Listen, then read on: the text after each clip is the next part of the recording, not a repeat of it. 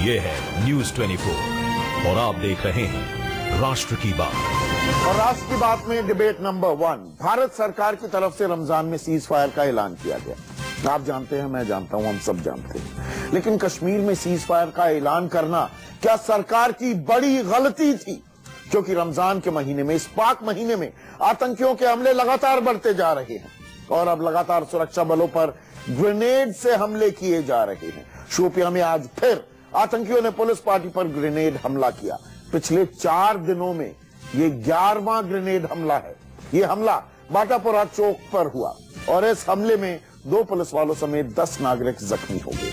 लेकिन सवाल यह है कि क्या रमजान के दौरान सरकार ने पत्थरबाजों पर रहम दिखाया और ये रहम भूल साबित हुआ? इसीलिए राष्ट्र की बात में हमारा पहला सवाल, कश्मीर में पत्थरबाजों के बाद ग्रेनेडबाजी क्यों शुरू हो गई और क्या कश्मीर में सीज फायर एक भूल थी? इस पर हम चर्चा करेंगे। कुछ खास मेहमान मेरे साथ जुड़ चुके हैं, लेकिन गृह राज्य मंत्री, देश के गृह राज्य मंत्री क्या कुछ कह रहे हैं, दावा कर रहे हैं, सुनिए। कल हमारे 2 जवान शहीद हुए हैं सीज फायर के उल्लंघन से, पाकिस्तान के सीमा के पार से जो हुआ है। तो ये उन्होंने सीज फायर का उल्लंघन भी किया है और बोले वैसा वो जीते नहीं, करते नहीं, ये सामने आया है। तो भारत सरकार के जवान भी शहीद होने के लिए हमने छोड़े नहीं है और उसका जवाब दिया जा रहा है। लेकिन जवाब माकूल है, पर्याप्त है, इस पर चर्चा करेंगे। कुछ खास मेहमान मेरे साथ जुड़ गए हैं। मेरे साथ बीजेपी के राष्ट्रीय प्रवक्ता जफर इस्लाम हैं। स्टूडियो में 5 खास मेहमान, राहुल जलाली, किसी परिचय के मोहताज नहीं, वरिष्ठ पत्रकार हैं।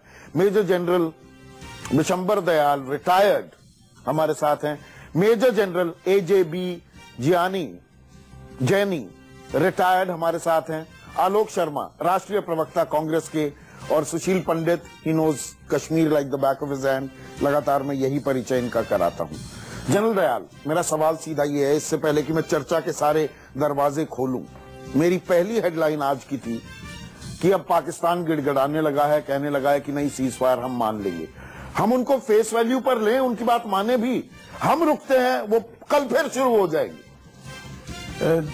देखिए संदीप, पाकिस्तान को आपने पिछले 50-60 साल में फेस वैल्यू पर लिया है और देश को भारी नुकसान भुगतना पड़ा है।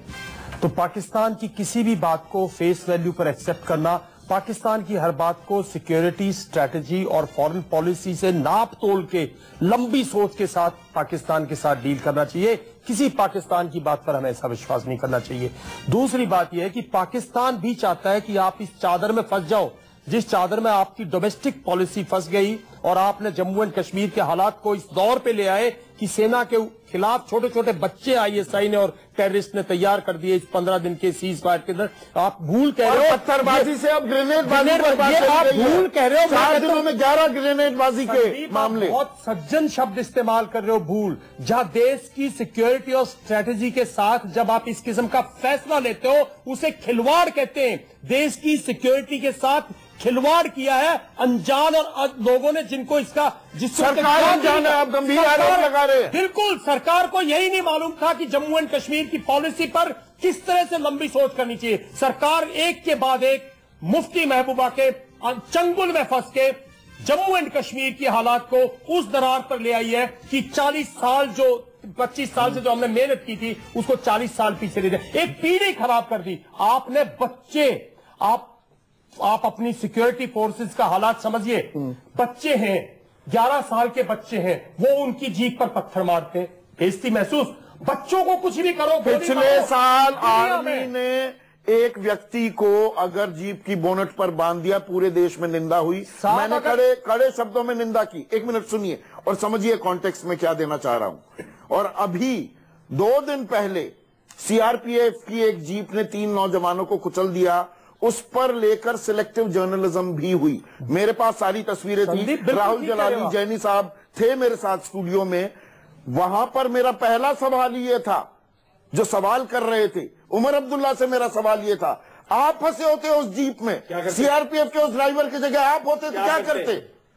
ये सरकार फंस गई है क्या पाकिस्तान के खेल? और अगर जनरल जैनी, एक छोटी सी बात कहना चाहूं, एक बच्चे को अगर कहीं किसी सिक्योरिटी फोर्सेस वाले ने बाहर निकल के तहस नहस में गोली मार दी, उसको कैसे सेलेक्टिव जर्नलिज्म, आईएसआई कैसे एक्सप्लॉइट करेगा, पाकिस्तानी डिप्लोमेट कैसे एक्सप्लॉइट करेंगे, इंटरनेशनल कम्युनिटी में, चिल्ड्रन वेलफेयर में, कहां आपके देश को हम पाकिस्तान के खेल में फंस गए। आप बिल्कुल आईएसआई के खेल में फंस गए। एक मिनट संदीप, मैं जनरल विशंबर से 1000% सहमत हूं, हर एक बात जिन्होंने कही। देखिए, एक बहुत पुराना गाना है जिसका कि फ्रेज जाता है कि ये तो होना ही था। 15 मई के बाद में जब इतनी डिबेटें हुई, उस वक्त भी जो नेशनल स्ट्रेटेजी के संभले हुए सोचले हुए लोग हैं, उन्होंने यही कहा था कि ये होना ही है। आपने एक सवाल पूछा कि क्या पाकिस्तान के ऊपर में विश्वास किया जा सकता है? बिल्कुल भी नहीं, कभी भी नहीं, किसी भी हालत में नहीं। क्या पाकिस्तान के ऊपर विश्वास नहीं किया गया? वो 11 बार हम पर गोली चलाते हैं, हम 10 बार चलाएं, क्या वो कहते हैं रहम करो रहम करो, अगले दिन फिर वही सिलसिला शुरू। क्या मुशर्रफ को आगरा नहीं बुलाया गया? उसने कारगिल ठोक दिया। क्या हमारे वाजपेयी साहब बस यात्रा पे लाहौर नहीं गए? उसके बाद में पार्लियामेंट ठोक दिया। क्या अभी हमारे प्रधानमंत्री जी नहीं गए वहां पर बर्थडे के दिन पर? उसके बाद में पठानकोट हुआ, उरी हुआ, बारामूला हुआ, पामपोर हुआ, शोकपुर हुआ। अभी कब तक हम विश्वास करते रहेंगे? सुशील पंडित, ये मिलिट्री व्यू पॉइंट है। देखिए जनरल जैन, ये मिलिट्री व्यू पॉइंट है। They are trained soldiers, they are trained to fight.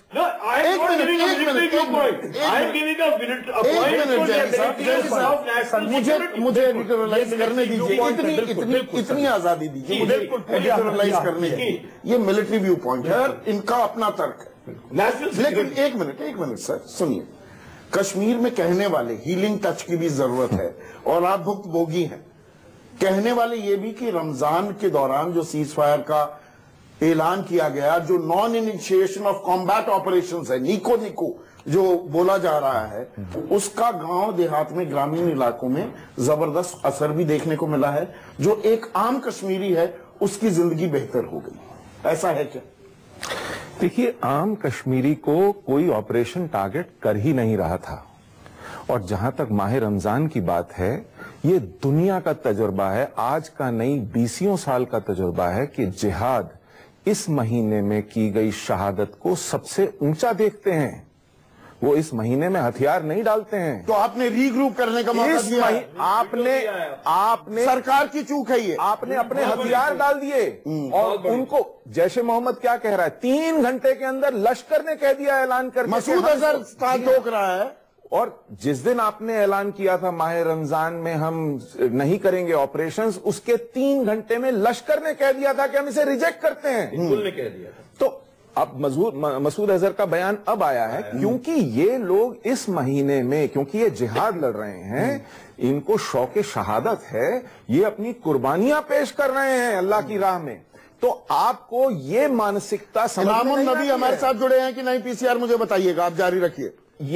ये इनकी तजवीज अफगानिस्तान में काम करती है, पाकिस्तान में काम करती है, सीरिया और यमन में काम करती है, कश्मीर में काम किया इसने 2002 में किया, 2000 में किया जब रमजान का सीज फायर आपने ऐलान किया था। इन्होंने बादामी बाग कैंटोनमेंट पे हमला किया, इन्होंने श्रीनगर के दूरदर्शन केंद्र पे हमला किया, इन्होंने एयरपोर्ट पे हमला किया।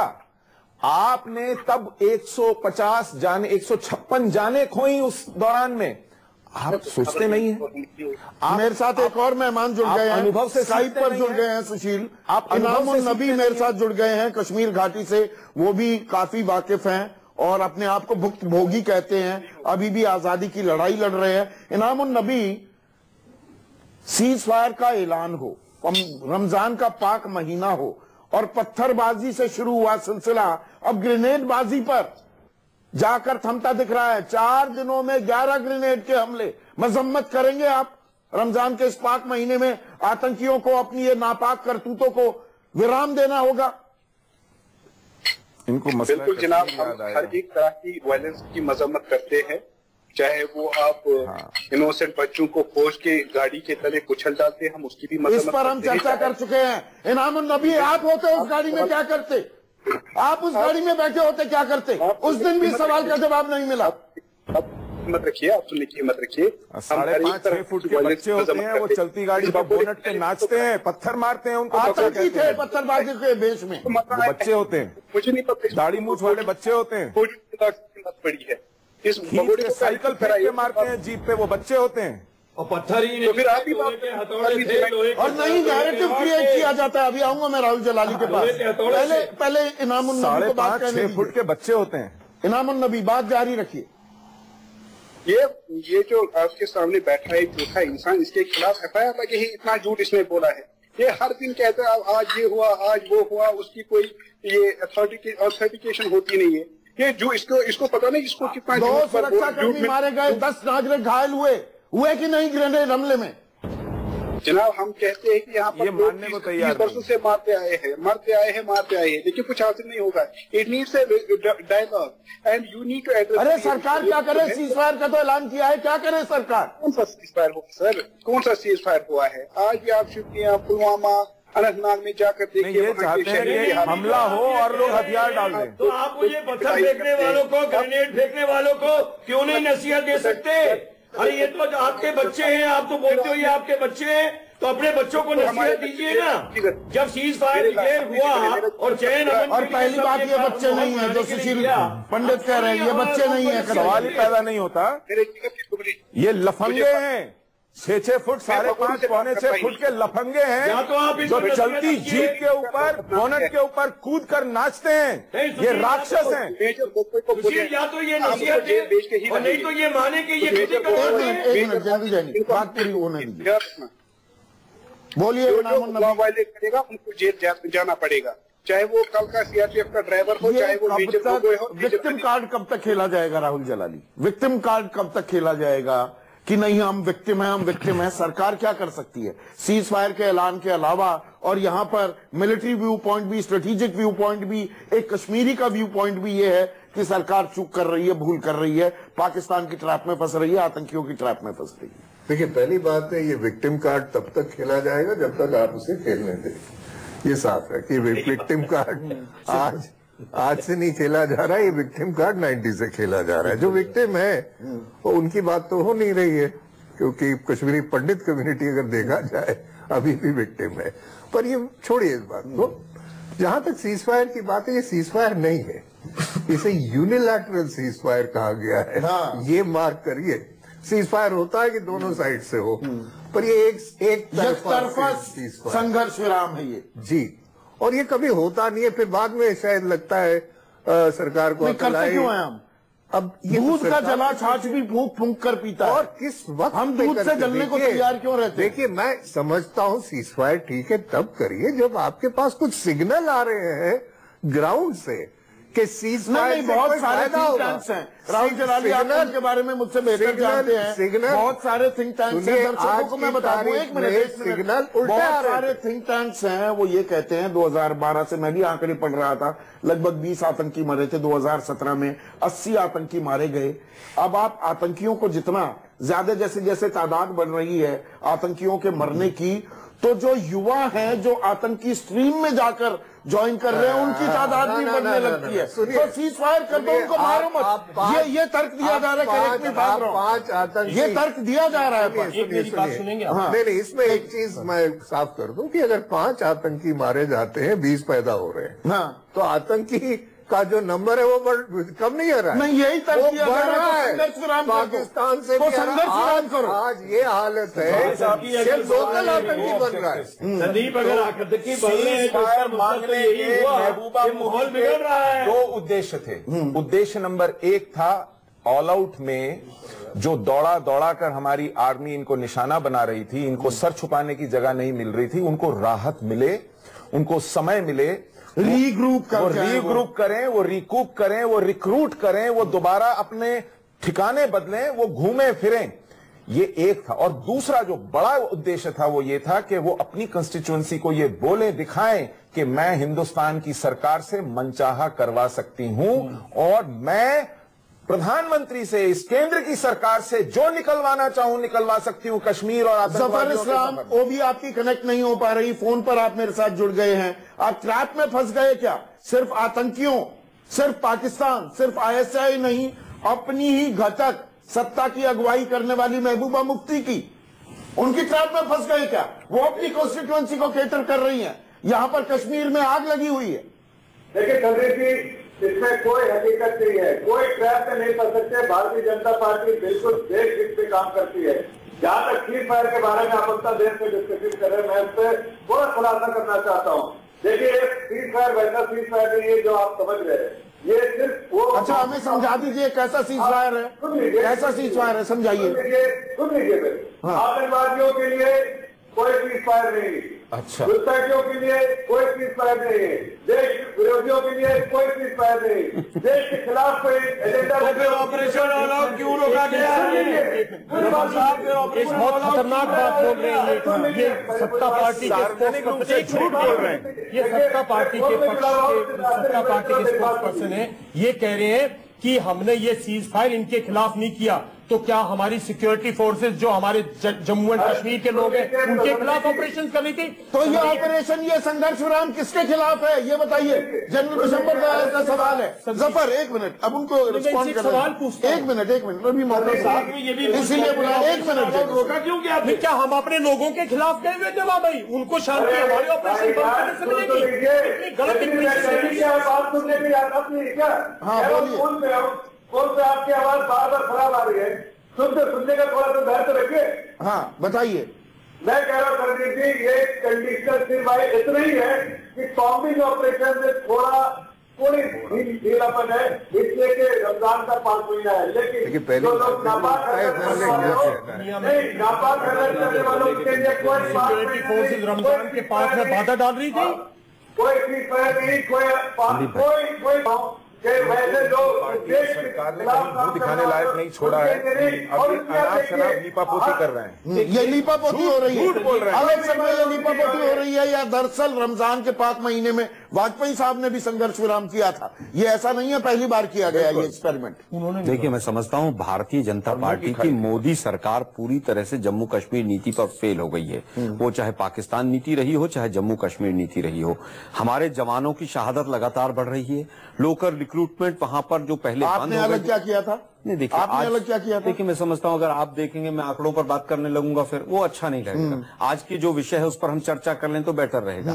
और अगर हम गलत थे तो आज सारे पैनल को चाहिए कि भारतीय जनता पार्टी वीजा लगवा के, क्योंकि बहुत सवाल पूछे जा रहे हैं, सबको पाकिस्तान भेजते हैं। मुद्दे की बात यह है 2006-12 के अंदर मात्र 6 लोकल रिक्रूटमेंट हुए थे। आज डॉक्टर, इंजीनियर और तमाम तबका वहां पर खड़ा हुआ है। मोदी जी का भाषण फुल हो रहा है वहां पर। उसके अलावा आज जम्मू कश्मीर की क्या हालत है? 2014 में 70% पोलिंग हुई थी, आज वहां बाई इलेक्शन नहीं करा सकते हैं। जिन लोगों के पैरों में आप लेट कर सरकार वहां चला रहे हैं वो आतंकवादियों का महिमा मंडन कर रहे हैं। आज मैं नहीं कह रहा हूं, कांग्रेस जब कहती थी तो तमाम एक्सपर्ट्स भी कहते थे कि नहीं कांग्रेस ने कुछ नहीं किया, सब पंडित नेहरू पे भाग जाते थे। आज हम पूछे नहीं, सरकार का समर्थन किया है जनरल विशंबर दयाल ने, जनरल जैनी ने किया है, सुशील ने किया है। कह रहा हूं सर, आज तीनों अप्रद है, राहुल जलानी ने किया है समर्थन। संदीप भाई, लेकिन आज ये आवाज है कि हो क्या रहा है। संदीप भाई, 4 साल से क्या होता था, एक कश्मीरी को हम स्टूडियो में बैठाते थे, सब मिलकर उसको गाली देते थे।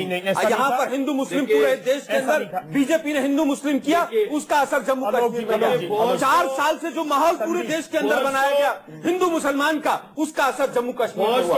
आप मुझे बताइए पाकिस्तान से क्या सेक्रेटरी लेवल टॉक्स की क्या सिचुएशन है? आप मुझे बताइए पाकिस्तान के साथ बैक चैनल डिप्लोमेसी की क्या पोजीशन है? डिप्लोमेसी पूरी डेडलॉक कर दी आपने। जम्मू कश्मीर में केवल बातचीत होनी चाहिए, आप इसकी पैरवी कर रहे हैं। मैं समझता हूं कि गृह मंत्री का बयान 4 दिन पहले का आपको सुनना चाहिए। वो कहते हैं पाकिस्तान से ही बात करने को तैयार है। मैं हम जवाब देने को तैयार क्यों नहीं? मैं ये जो बातचीत जिससे भी हो, लेकिन क्या आज 22 में मैं फंसना नहीं चाहता। मैं 4 साल भाषा में बात करने वाला आदमी हुई, मुंह तोड़ जवाब हुआ, ईंट का जवाब पत्थर।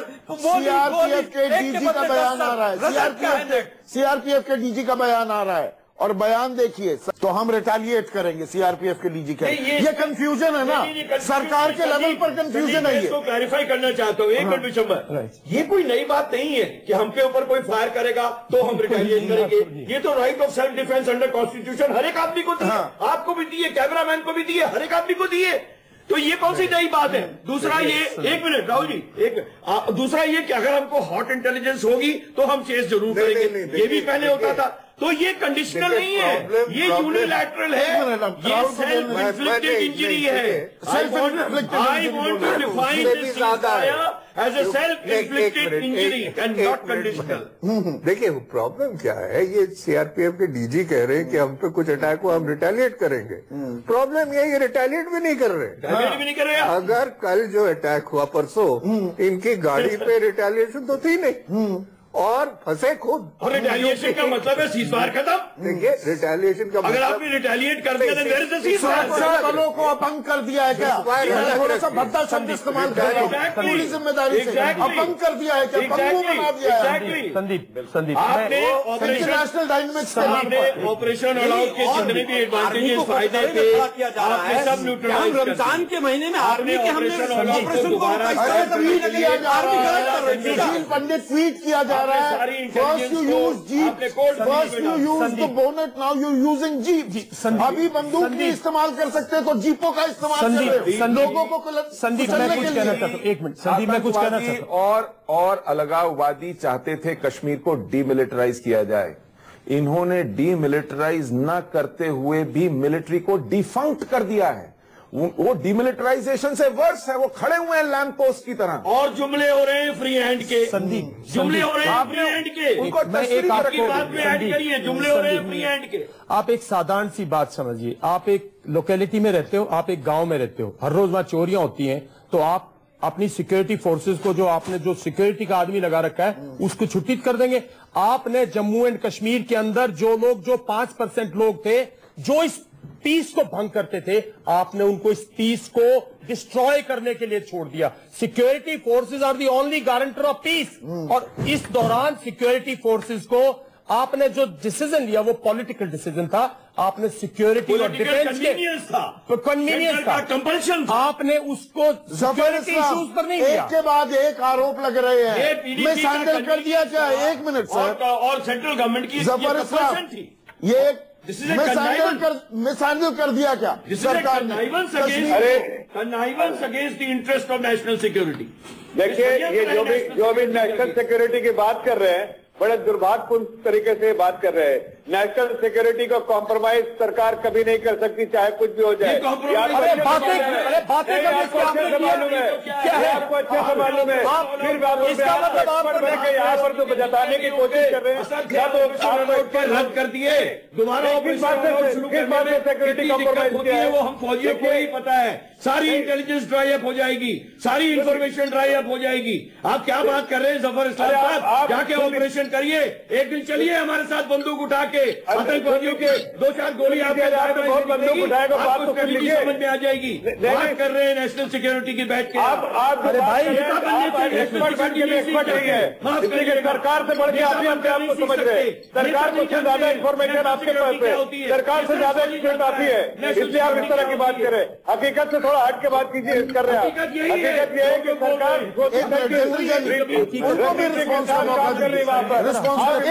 बात कर रहे हैं, इसलिए आपके एक्सपर्ट व्यू का मैं आदर सम्मान करता हूं, लेकिन आप इमोशनल है।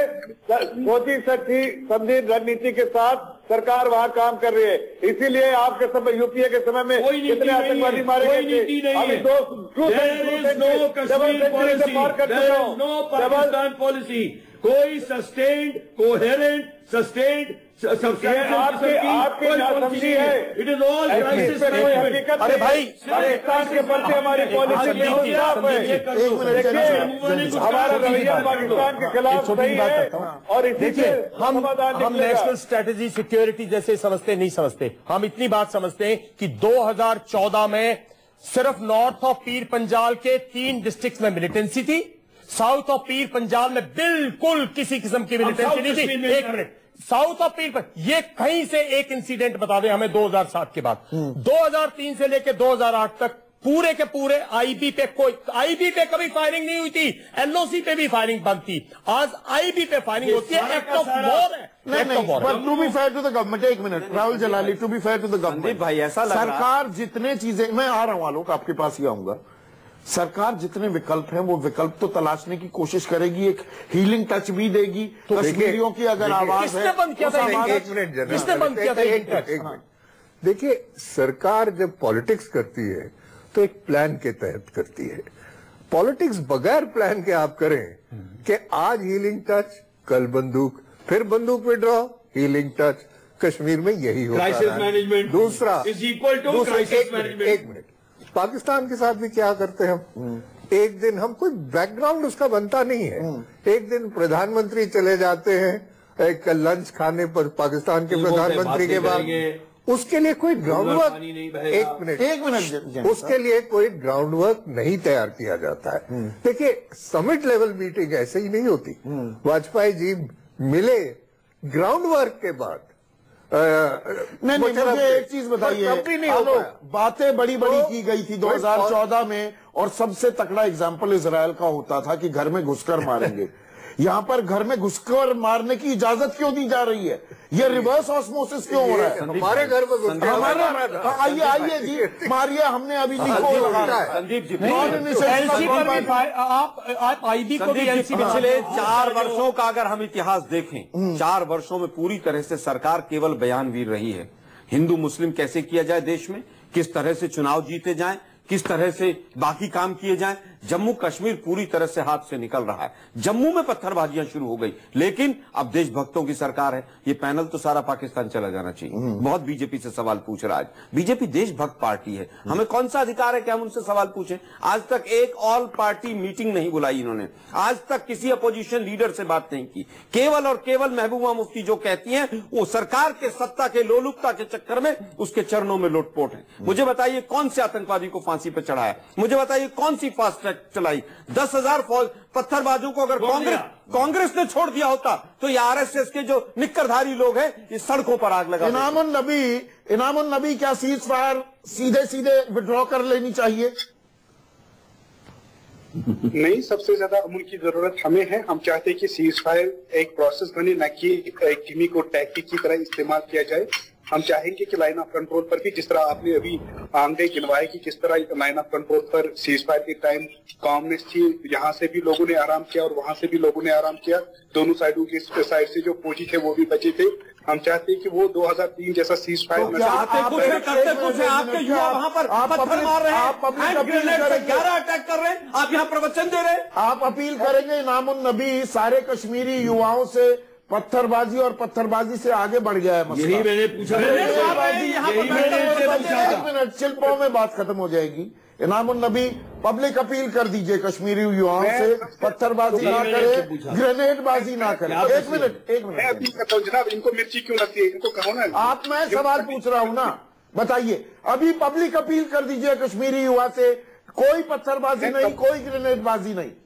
बिल्कुल बिल्कुल जनाब, मैं सबसे अपील करता हूँ, starting from the security forces to the perpetrators, कि आप लोग भी लोगों को मारना बंद करें और असल मसले को हल करें। मैं अपने बच्चों से भी अपील करूंगा कि वो भी पत्थर न चलाए, लेकिन ऑनर्स कम्स ऑन यू। और ग्रेनेडबाजी भी ना करें, और ग्रेनेडबाजी ना करें, ग्रेनेडबाजी ना करें। ये किसके इशारे पर हो रहा है? किसके इशारे पर हो रहा है इनामुन नबी? ये ग्रेनेड कहां से आ रहे हैं? ये सीआरपीएफ की गाड़ी जा रही थी, ये श्रीनगर के लाल चौक के नजदीक की तस्वीरें दिखा रहा हूँ। ऑटो में बैठे आतंकी ग्रेनेड भेजते हैं। कॉन्फ्लिक्ट है जनाब, ये कॉन्फ्लिक्ट है, यहाँ हम लोग मर रहे हैं। नबी साहब, आपको का फायदा उठा मिलिटेंट्स ने, because they are moving freely, और उन्होंने जो परिवार इसमें शामिल नहीं थे उनको ब्लैकमेल किया, उनको बंदूक दिखाई है और इस तादाद को बढ़ाया। इस सीज फायर से रीग्रुपिंग की। जनरल साहब, वेस्टेड इंटरेस्ट है। बिल्कुल, कश्मीर भी कुछ लोगों के लिए धंधा बन गया है, उनके वेस्टेड इंटरेस्ट को केटर किया जा रहा है। यही मेरी दूसरी राष्ट्रीय डिबेट है।